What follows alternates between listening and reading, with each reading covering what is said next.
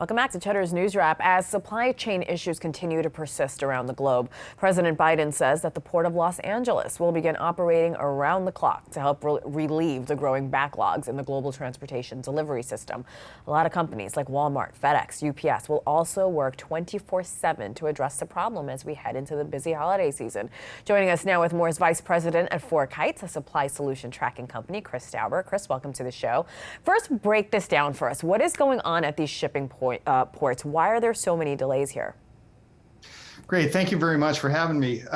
It's a real problem. The root causes really are about COVID. It's about a reduction of containers. It's labor constraints. And there's a undercapacity of ocean carriers as well. And these problems are all contributing to constraints at the port, which then cause delays and actually are also causing prices to increase. Do you think these around-the-clock operations we're hearing about will work to ease all the shipping delays and shipping problems we've been seeing in the last few months? It would be wonderful if that one thing did everything, but of course, it's really a problem of supply chain, which means that the goods come from countries imported into the US.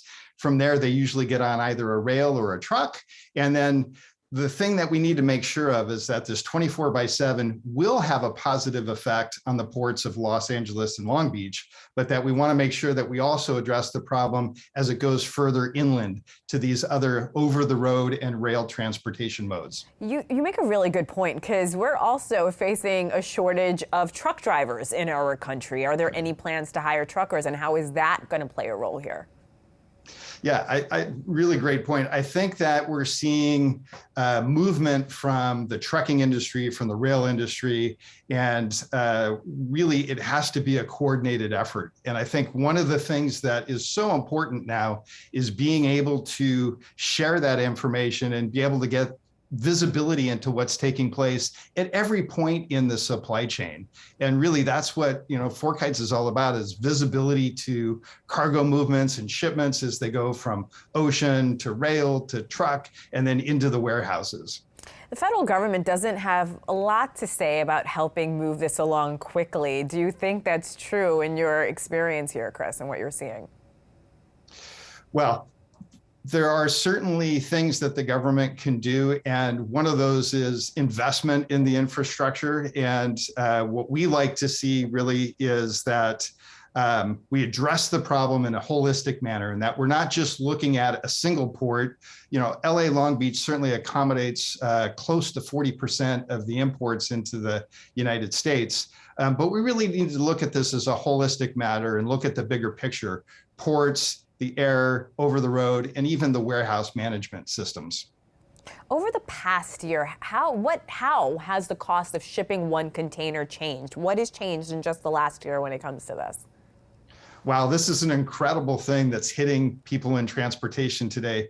Imagine if you had to tell your boss that the service you're going to give them is half as fast as it used to be, but it's going to cost you 10 or 15 times more than it did last year. That's what transportation professionals are facing today. It used to be somewhere in the neighborhood of about $1,500 to $2,000 to ship a 40-foot container from Asia into the US. That's now going for about $15,000 if you can get them.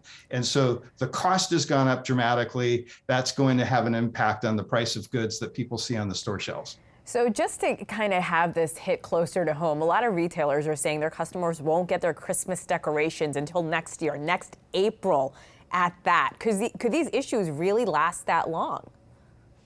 Well, on the hopeful side, I think what we're seeing is there's already some relief in sight at some of the ports.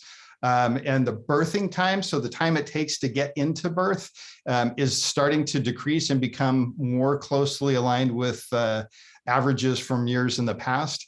And I think as we see moves like this 24/7 and also the reduction in COVID sicknesses that are taking place at the ports, I think we'll see some relief.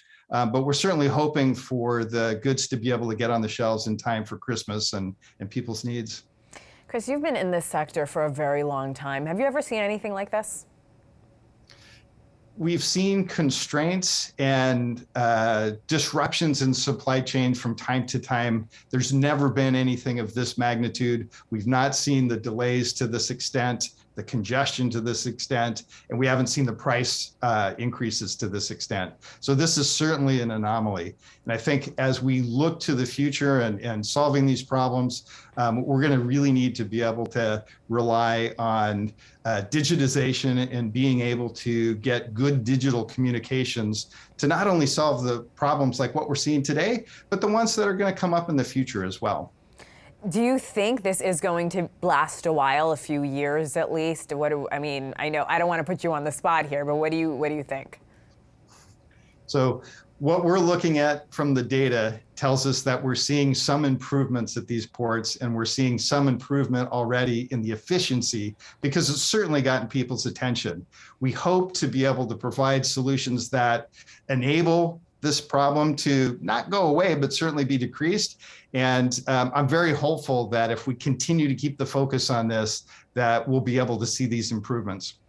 Great insight. We appreciate your time here. Vice President at FourKites, a supply solutions tracking company, Chris Stauber. Chris, thank you so much for your time.